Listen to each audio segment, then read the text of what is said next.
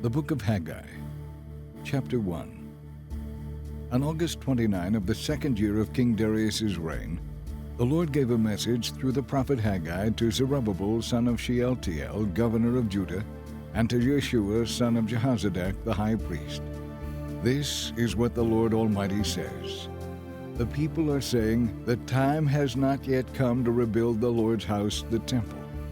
So the Lord sent this message through the prophet Haggai.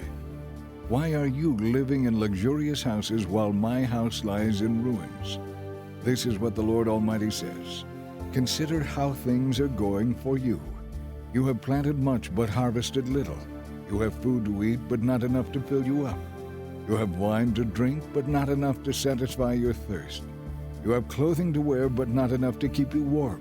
Your wages disappear as though you were putting them in pockets filled with holes. This is what the Lord Almighty says. Consider how things are going for you. Now go up into the hills, bring down timber, and rebuild my house. Then I will take pleasure in it and be honored, says the Lord. You hoped for rich harvest, but they were poor. And when you brought your harvest home, I blew it away. Why?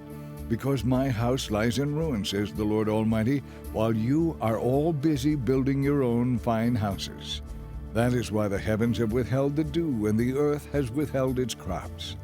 I have called for a drought on your fields and hills, a drought to wither the grain and grapes and olives and all your other crops, a drought to starve both you and your cattle and to ruin everything you have worked so hard to get. Then Zerubbabel son of Shealtiel, Yeshua son of Jehozadak the high priest, and the whole remnant of God's people obeyed the message from the Lord their God. It had been delivered by the prophet Haggai, whom the Lord their God had sent, and the people worshipped the Lord in earnest. Then Haggai, the Lord's messenger, gave the people this message from the Lord. I am with you, says the Lord. So the Lord sparked the enthusiasm of Zerubbabel son of Shealtiel, governor of Judah, Yeshua son of Jehozadak the high priest, and the whole remnant of God's people. They came and began their work on the house of the Lord Almighty their God. This was on September 21 of the second year of King Darius's reign. Chapter 2. Then on October 17 of that same year, the Lord sent another message through the prophet Haggai. Say this to Zerubbabel son of Shealtiel, governor of Judah, and to Yeshua son of Jehozadak the high priest, and to the remnant of God's people there in the land. Is there anyone who can remember this house, the temple, as it was before? In comparison, how does it look to you now? It must seem like nothing at all. But now take courage, Zerubbabel, says the Lord. Take courage, Yeshua, son of Jehozadak the high priest. Take courage, all you people still left in the land, says the Lord. Take courage and work, for I am with you, says the Lord Almighty. My spirit remains among you, just as I promised when you came out of Egypt. So do not be afraid. For this is what the Lord Almighty says. In just a little while I will again shake the heavens and the earth. I will shake the oceans and the dry land too.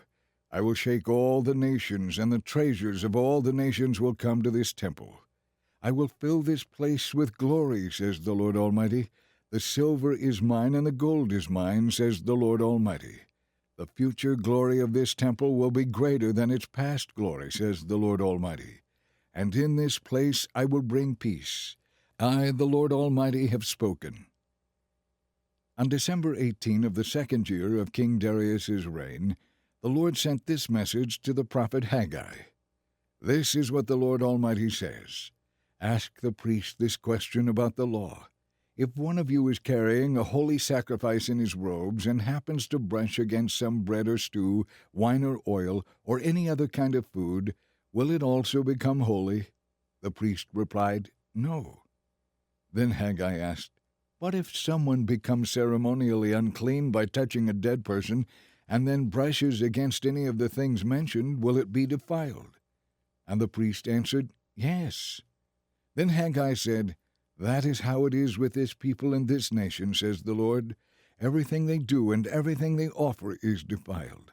So think about this from now on. Consider how things were going for you before you began to lay the foundation of the Lord's temple. When you hoped for a 20-bushel crop, you harvested only 10. When you expected to draw 50 gallons from the winepress, you found only 20. I sent blight and mildew and hail to destroy all the produce of your labor. Yet even so you refused to return to me, says the Lord. On this 18th day of December, the day when the foundation of the Lord's temple was laid, carefully consider this. I am giving you a promise now, while the seed is still in the barn, before you have harvested your grain, and before the grapevine, the fig tree, the pomegranate, and the olive tree have produced their crops. From this day onward I will bless you. The Lord sent this second message to Haggai on December 18. Tell Zerubbabel, the governor of Judah, that I am about to shake the heavens and the earth. I will overthrow royal thrones, destroying the power of foreign kingdoms. I will overturn their chariots and charioteers. The horses will fall, and the riders will kill each other.